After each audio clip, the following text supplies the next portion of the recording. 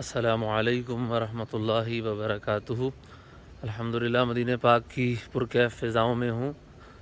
مسجد قباء کی حاضری تھی تو دل چاہ رہا تھا کہ پیدل ہی مدینہ کی گلیاں گھوموں، تو مسجد نبوی شریف سے اگر باہر نکلیں گنبد خضرا کے سامنے سے تو تھوڑا سا دائیں ٹرن کر کے یہ روڈ باقاعدہ آ جاتا ہے۔ روڈ تو نہیں، یہ طریق قباء کے نام سے ہے، مطلب یہ ہے کہ یہ باقاعدہ قباء جانے کے لیے رستہ بنا دیا گیا ہے، اور اس میں باغیچے بھی ہیں کچھ موجود، بیٹھنے کی جگہ بھی موجود ہیں۔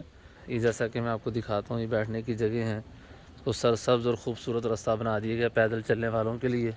بچے وغیرہ بھی یہاں کھیلتے ہوئے نظر آ رہے تھے، اور اب چونکہ سعودی حکومت نے عورتوں کو بھی نکلنے کی اجازت دے دی ہے، پہلے ایسا نہیں ہوتا تھا، تو دن میں تو غالباً یہ نہیں نکلتی، تو رات میں شاید یہ بڑی کثرت سے پیچھے بھی اسی طرح خواتین موجود تھیں، بچے کھیل رہے ہیں، تو شاید ہی پھر رات میں نکلنے کا معمول ہوتا ہوگا۔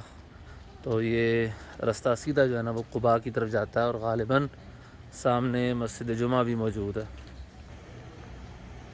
سامنے غالباً قباء ہی موجود ہے، وہ بالکل یہ قباء مسجد نظر آ رہی ہے سامنے۔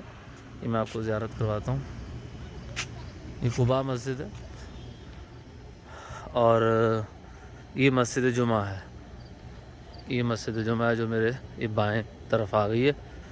تو قباء کی طرف اگر آپ جاتے ہیں تو راستے میں یہ گویا کہ آپ کو ایک تو مسجد قباء کی زیارت تو نصیب ہوتی ہے، یہ مسجد الجمعہ کی زیارت بھی نصیب ہوتی ہے۔ قباء سے واپسی پر جب نبی کریم علیہ الصلاۃ والسلام نے مدینہ پاک جانے کا ارادہ فرمایا تو راستے میں جمعہ کا وقت ہوا، تو پھر آپ نے جمعہ کی نماز کو یہاں پہ ادا فرمایا، تو اسی وجہ سے، اسی نسبت سے یہ مسجد الجمعہ کے نام سے یہ مسجد جانی پہچانی جاتی ہے۔ تو اگر تو اوپن ہوگی تو انشاءاللہ یہاں پہ بھی کچھ نماز وغیرہ پڑھنے کی سعادت حاصل کر لیں گے۔ الحمدللہ مسجد قباء میں موجود ہوں۔ یہ وہ بابرکت مسجد ہے کہ جہاں نبی کریم علیہ الصلاۃ والسلام ہر ہفتے کو کبھی سواری پر اور کبھی پیدل جو ہے وہ تشریف لاتے تھے اور یہاں پر نماز ادا فرماتے تھے، اور یہاں پر نماز پڑھنے کا جو ثواب ہے، نبی کریم علیہ الصلاۃ والسلام نے ارشاد فرمایا کہ یہاں پر نماز پڑھنے کا ثواب ایک عمرے کے برابر ہے۔ تو اللہ پاک یہاں کی حاضری سب کو نصیب فرمائے۔ حضرت سیدنا عمر بن خطاب رضی اللہ تعالیٰ عنہ، آپ کا قول مبارک یوں ملتا ہے کہ بیت المقدس میں نماز پڑھنے سے زیادہ محبوب مجھے اس مسجد میں نماز پڑھنا ہے۔ اگر یہ مسجد کسی دور دراز علاقے میں بھی ہوتی تو ہم اپنے جگر فنا کر کے، مطلب شدید تگ و دو کر کے، تو ہم اس مسجد میں ضرور پہنچتے اور نماز ادا کرتے۔ آپ اس مسجد کی زیارت کر لیجئے۔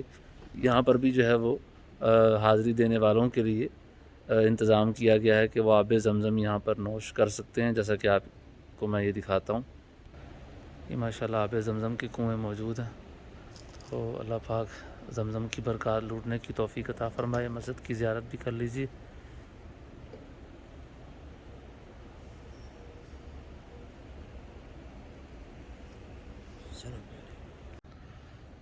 یہ مسجد کے اندر والے حال کا منظر ہے، یہ بھی آپ ملاحظہ فرما لیجیے، اس کی بھی زیارت کر لیں۔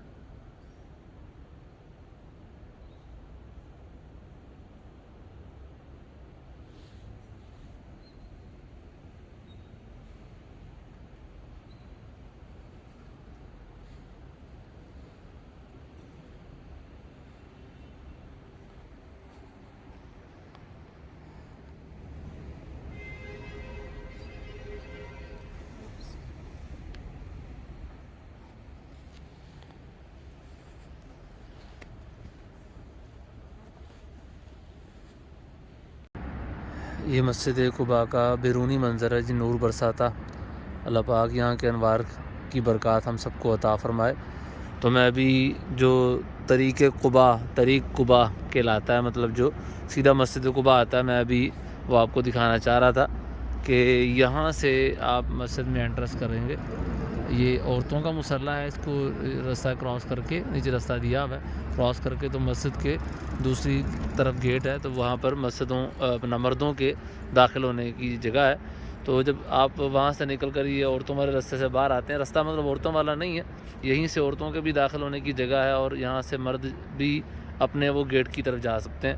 تو وہ دوسری طرف گیٹ ہے، لیکن جانے کا رستہ یہاں سے بھی ہے اور یہاں سے بھی ہے، اور جو دوسری طرف سے آئیں گے ان کو وہاں سے ہوگا. تو یہ جو راستہ یہ بڑی اپنا ٹائلیں وغیرہ ایسی لگائی ہوئی ہیں یہاں پہ, بڑا خوبصورت سا یہ راستہ بنایا ہوا ہے. تو یہ دیکھیں آپ کو میں دکھاتا ہوں, یہ بالکل سیدھا مسجد نبوی شریف کی طرف یہ راستہ جاتا ہے. راستے میں مسجد جمعہ کی بھی زیارت ہو جاتی ہے. تو یہ بالکل سیدھی سڑک. اعلیٰ حضرت رحمۃ اللہ تعالیٰ علیہ فرماتے ہیں نا, طیبہ میں مر کے ٹھنڈے چلے جاؤ آنکھیں بند, سیدھی سڑک یہ شہر شفاعت نگر کی ہے. طیبہ میں مر کے ٹھنڈے چلے جاؤ آنکھیں بند, سیدھی سڑک یہ شہر شفاعت نگر کی ہے.